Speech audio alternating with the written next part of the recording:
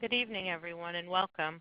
My name is Danielle Fuentes Johnson. I'm a Learning Communities Technical Specialist with the BUILD Initiative.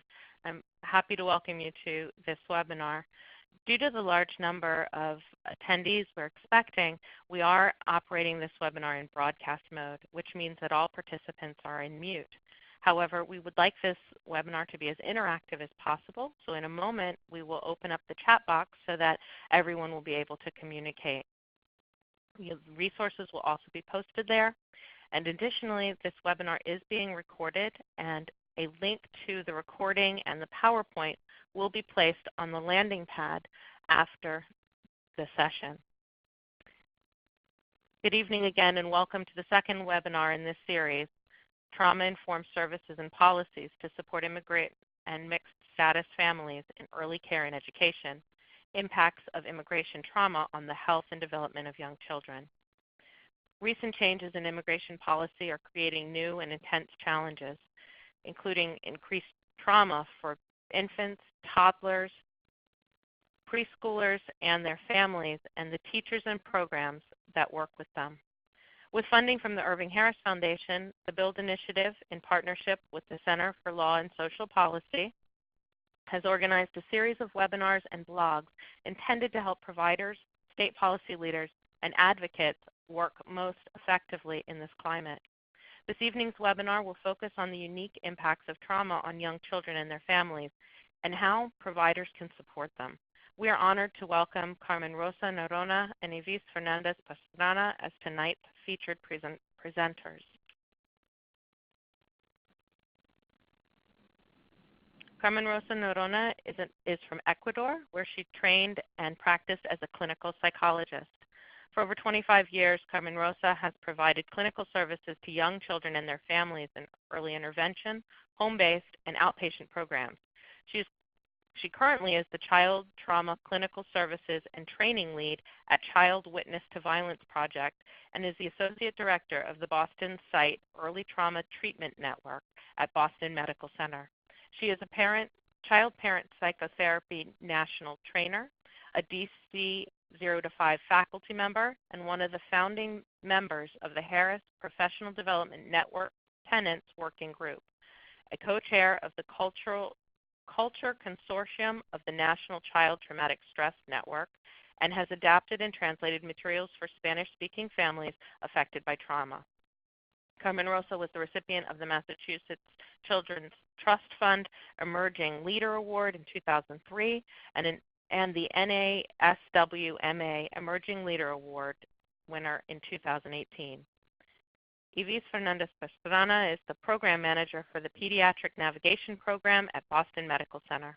She works with a team of family navigators and community health advocates in the Department of Pediatrics addressing social determinants of health and barriers to care. As a family navigator for over 7 years, she helped families of children with autism to access services. Her work has included helping immigrant families to navigate and access community resources as well as governmental entitlements and benefits. Irving is the co-investigator and co-founder of the EASE Clinic, which focuses on providing primary care support both to families facing challenges accessing special education services and to clinicians through consultations and lectures. She co-authored the Family Preparedness Plan for immigrant families facing detention or deportation due to their immigration status. Irving was the recipient of the NASWMA Public Citizen of the Year Award in March 2019. Welcome, Carmen Rosa and Irving. We are excited to have you with us. I'm going to take just a brief second to welcome. This evening, Irving and Carmen Rosa are going to walk us through an overview of immigration trauma and loss, trauma-focused and diversity-informed tools and strategies, addressing threats of separation, a family preparedness plan, creating safe space. Then we'll open it to questions if there's time, and we'll discuss what's next. Right now, we want to take just a minute to see who is on the call with us this evening. Is your work primarily legislative, state agency, advocacy, philanthropy, program for family and children, direct service provider, or other? We'll move to that poll. Just take a minute to answer that.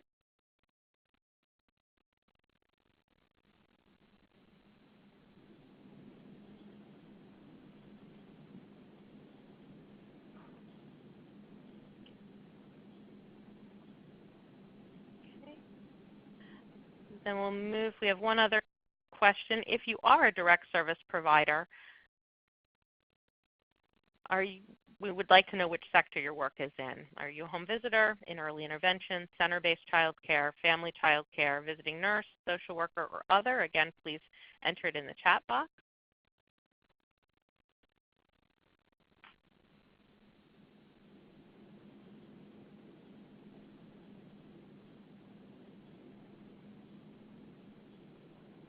All right, fantastic.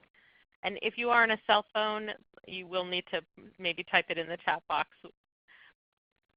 All right. With that, Carmen Rosa and Avis, we're eager to hear what you have to share.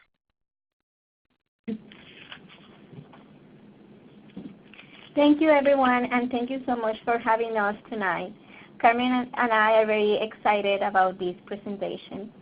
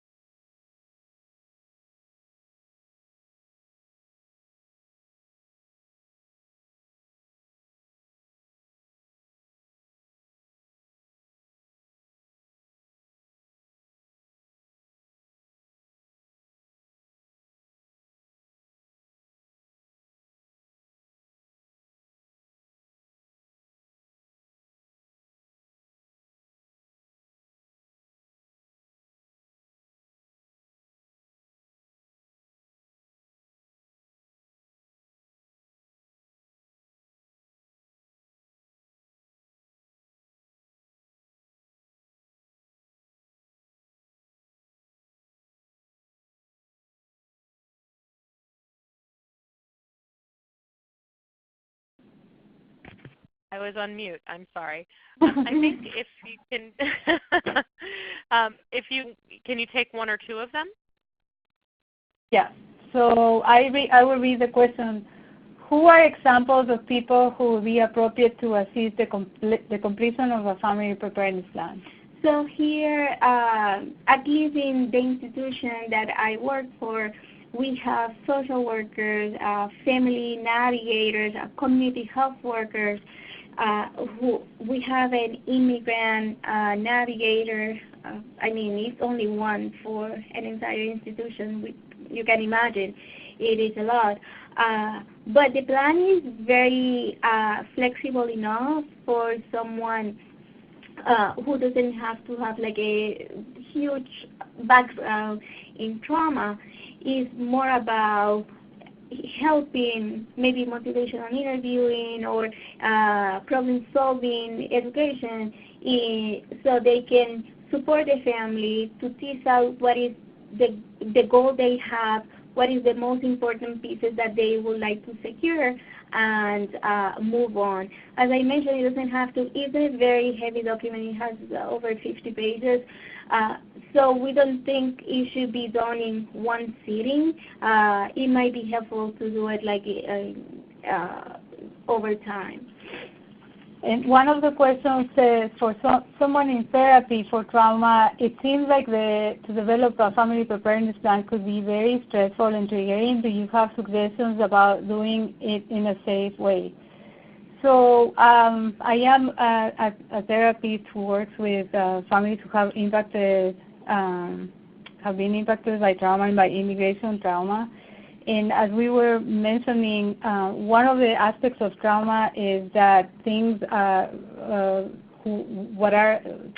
traumatic remain as a secret, and that part of the work is addressing some of that secrecy in this case. The unspeakable is the being undocumented. So what I have found is that for many of the families that we work with, they are constantly thinking about the being undocumented. They are constantly thinking about the possibility of being separated from their children, and that this is a difficult conversation, yes, that it should happen in the context of a relationship.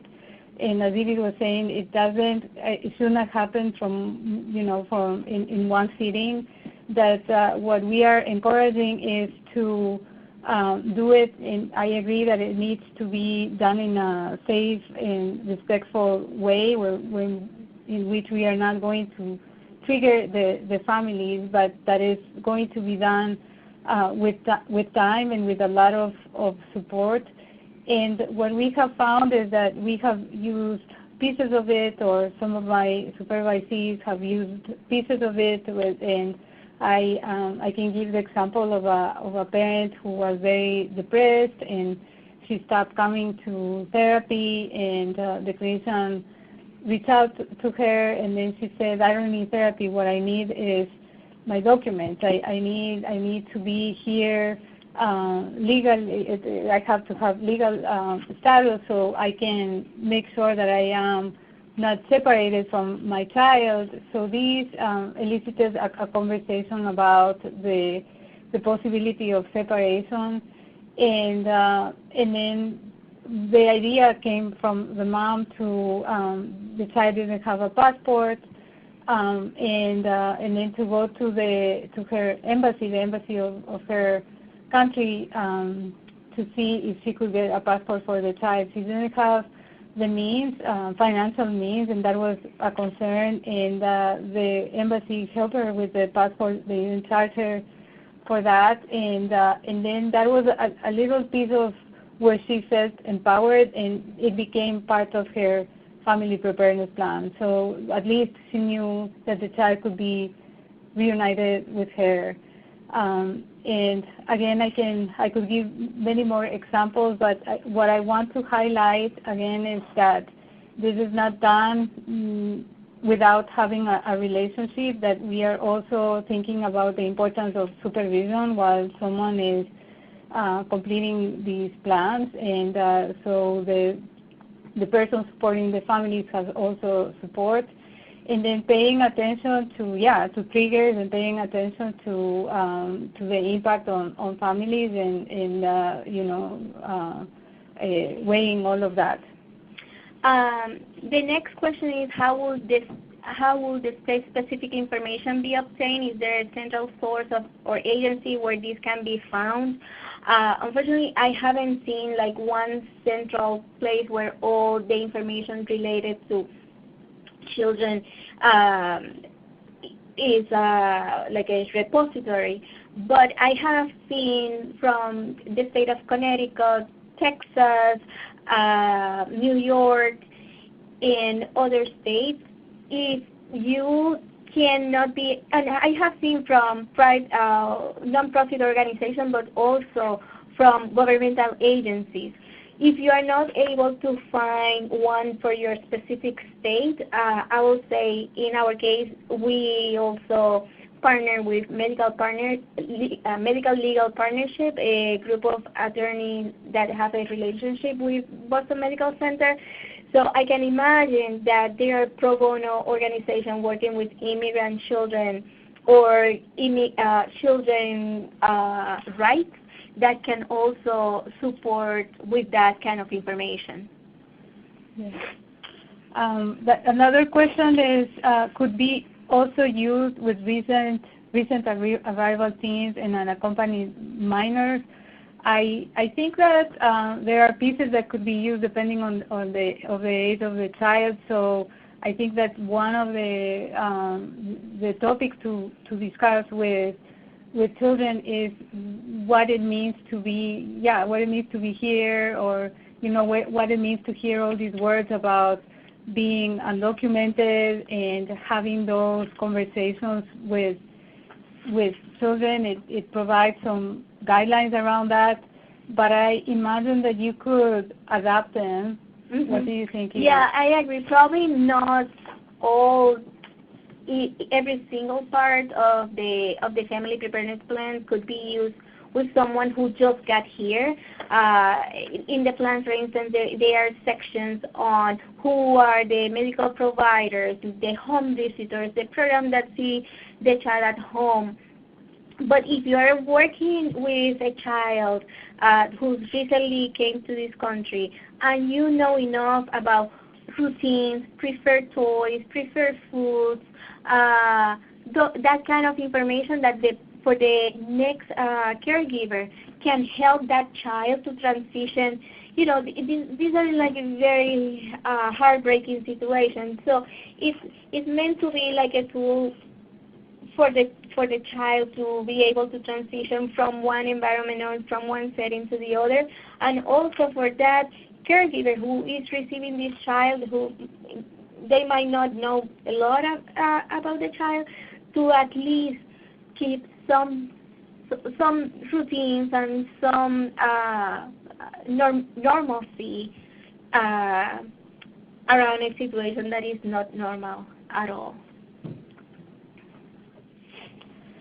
So quickly, so thinking about no, the other one. Which one? Go back. To this one? Yeah. So we don't have a lot of time, but I just want to highlight some aspects about that I am sure that many of you are implementing in the settings where you work. I am thinking about early childhood providers, and early intervention providers, or people who work with very young kids. These are things that I know you are paying attention to. And as Vivi was saying, for children who have been uprooted, or parents or children of parents who have been uprooted, the importance of creating opportunities for forming relationships with someone with whom they can feel that there is continuity, someone who understands them and understands their individual needs. And then also how through different activities we can help children to connect with other children, even if they don't speak the language, because, like young kids thankfully communicate through play. So even how do you design the spaces so children can be in interaction with other kids, and this idea that I was mentioning at the beginning, so throughout any of the activities in your center, or you are communicating that you see the children, that you are trying to understand them, that you are trying to understand the reason of their behaviors, keeping in mind, you know, even if you don't know the story of a family or of a child, that maybe there is a history of immigration trauma behind that child, and then how you, as an adult who is helping the child, or a group of adults that are interacting with the children every day, you can have an important role in co-regulation by the way that you talk to them, by the routines that you are establishing, by paying attention again to the environment, to what types of toys you are using, the decoration in the center. Is the decoration reflecting the ethnicities and the backgrounds of the children that you are serving? Are you, sometimes if you give a back rub to a child or you sing a song, that can help so much with regulation, and it can provide children a different experience that the experience that they have perhaps at home, that is an experience of fear or chaos.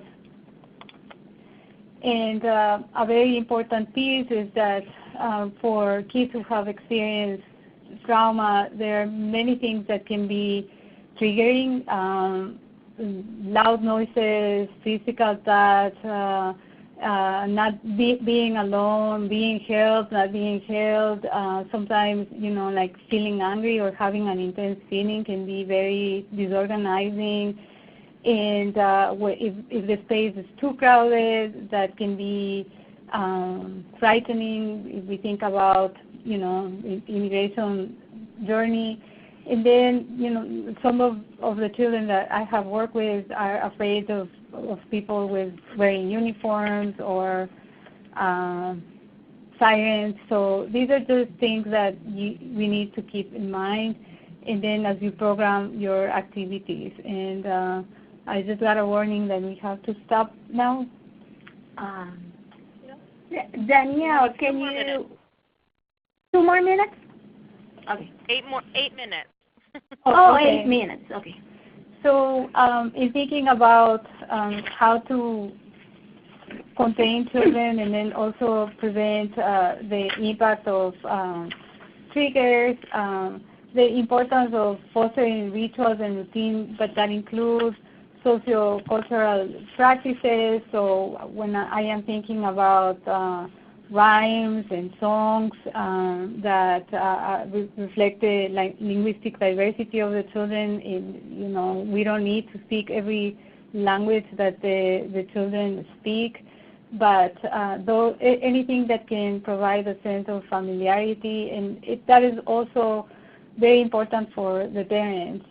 And then to design environments that are really speaking to the children, so that are helping them to identify where they can put their things, that they have a little cubby or a little private space, that the environment is organized, that is clean, and also that even, again, if they don't speak the language, that there are pictures and signs that are showing them where to go or what happens next, what is about to happen.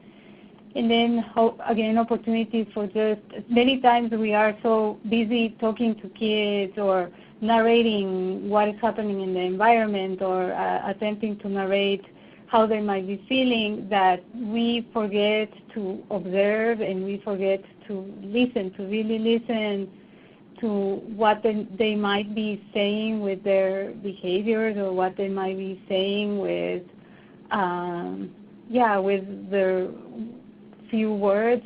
So I know that is one of the things that as providers of working with very young children, we have learned that language is very important, and it's very important to talk to children. But sometimes silence and just being with a child and keeping them company can make a huge difference. And then again, thinking about what is the ratio between children and staff, who is the staff representing also the linguistic and ethnic and other types of diversity of the children that you are serving. Again, how can you create opportunities for peer interaction? How can you anticipate routines, and particularly for kids who have experienced trauma, any changes can be very disorganizing. And what are the strategies that you are using for communication in addition to words? So again, pictures and music. And these are just some activities, suggested activities actually that one of my colleagues shared with me.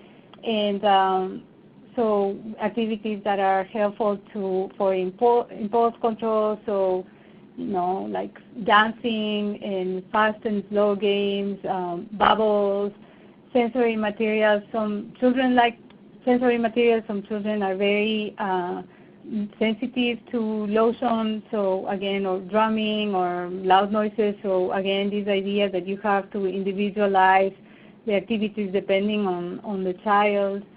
And this piece about social stories, hopefully some of the stories can be narrated if possible in the language that the family, the language of the country where the child is coming from, and games that can help with building relationships, and then also there are a number of resources now that help children with reading and with learning to how to self-regulate. Sesame Street has some great resources. And then there is also another resource that I found recently. Is called the organization is called Colorín Colorado, and they have a number of resources in different languages and videos for young kids. And then one of the important pieces is about how can we help children that actually have experienced a loss. And these children might show their pain in different ways. Sometimes they might be aggressive, or they might experience huge changes in their behavior, and are, again, ways of communicating their pain and their confusion. So, and we have talked to a few providers who tell us, well, sometimes we don't know the family's stories, and what we are just seeing is how children are presenting in the classroom. So I think that, again, we can keep in mind, or we can hold the possibility that there might be an immigration story, and that the meaning of that behavior is that there is a lot of stress in the family related to that.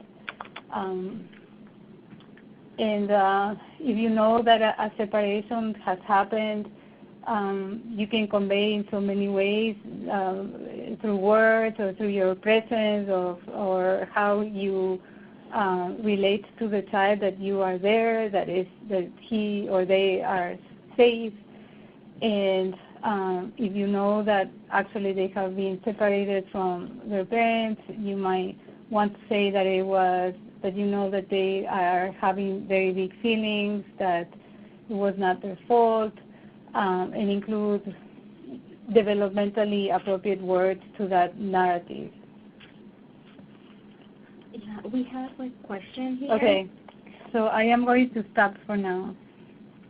Are there any resources or activities available for parents to help with children at home after being reunited? Yeah, that is a great question. I I found, so I have found 2 resources that have been very helpful, although one of them was for teenagers, and there's this author, her last name is Article, and I can send a bibliography, and she has very specific suggestions for parents, and there are 2 books written by an author. Her name is Silvia Juarez, and one they are for young kids, and one is the title of the book is "Mommy, Tell Me Why You Left Me or Why You Came," and then "Mommy, Tell Me How You Got Here." And these 2 books are a way for a parent to tell a story of separation and why they had to leave or they were separated due to immigration. And then there's also, if you want to help a child talk about feelings, one of my colleagues, Sandra Rose-Ipen, recently wrote a book about separation that has these 2 little bunnies that is very beautiful, and it can be used to create a narrative. Yeah. Cuando no estuviste conmigo. Cuando no estuviste conmigo, when you were not. Yeah, when you weren't here.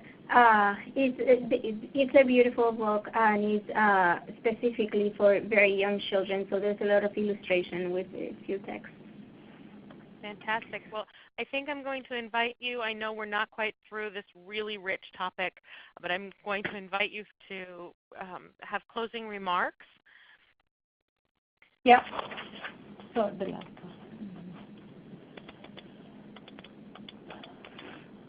one. So and again, I want to close today's presentation with the tenants, and highlighting that infants are citizens of the world, that it is the responsibility of the global community to support parents, families, and local communities in welcoming, protecting, and nurturing children, that migration-related separations are examples of the notion that the social justice is linked unavoidably with the field of infant and early childhood mental health, and that our job is to help families to get accurate information, begin to think about the unthinkable, speak about the unspeakable, and develop a sense of choice about what is best, not only for them, but for their children. And I'm going back to the exercise at the beginning that many people were thinking about, that the first thing that they would do is to gather their family or make sure that they are with their kids. That is a human right. Yeah, I will stop there. Thank you. Thank you so much. I'm going, Ivis and Carmen Rosa, I'm going to echo the sentiments of someone in the chat box that said this is really helpful information and so trauma sensitive. Thank you so much for your thoughtful strategies. And again, it's such a rich and important topic that I know we could have many, many sessions and barely scratch the surface. So thank you so much for sharing with us tonight. We will place the recording of tonight's webinar and the PowerPoint on the landing pad. You can find a link to the landing pad in the chat box. And also we will follow up with Carmen Rosa and Ivis on the books that were mentioned. And I want to invite everyone to attend our next session, which will be on July 11th, again at 7 p.m. to 8:15, and intended for providers and those that are supporting providers. And then our final webinar will be on July 18th at 2 p.m. when we look at promising practices and strategies for policy and legislation. Please keep sending us your questions. We will be developing a frequently asked questions document to address those we were not able to get to today. Thank you so much, and muchísimas gracias. Thank you so much. Gracias a todos. Gracias por invitarnos. Gracias. Buenas noches, everyone. Hello.